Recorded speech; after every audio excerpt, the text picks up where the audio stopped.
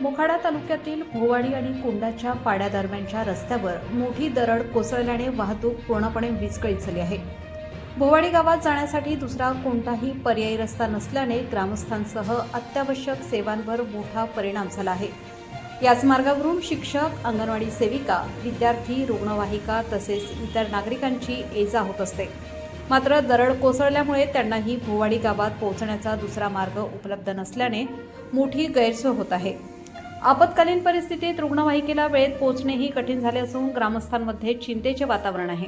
ग्रामस्थांनी सार्वजनिक बांधकाम विभाग व प्रशासनाने तातडीने दरड हटवून रस्ता वाहतुकीसाठी खुला करावा अशी मागणी केली आहे।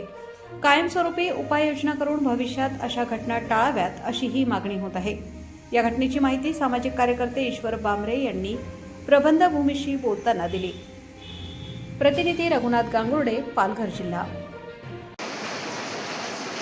काल दिनांक 23 रोजी अतिशय मुसळधार पाऊस पडल्यामुळे अनेक ठिकाणी अतिवृष्टी निर्माण झालेली आहे।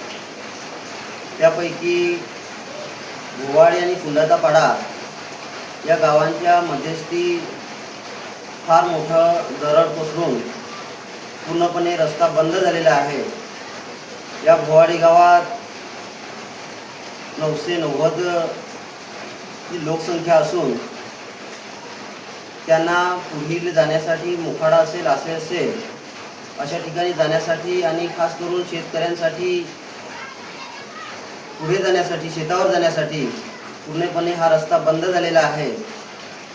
आणि एकतर गरोदर माता असतील, काही पेशंट असतील, त्यांना पुढे हॉस्पिटलला जाण्यासाठी ॲम्ब्युलन्स सुद्धा इकडे येऊ शकत नाही, कारण पूर्णपणे रस्ता बंद झालेला आहे।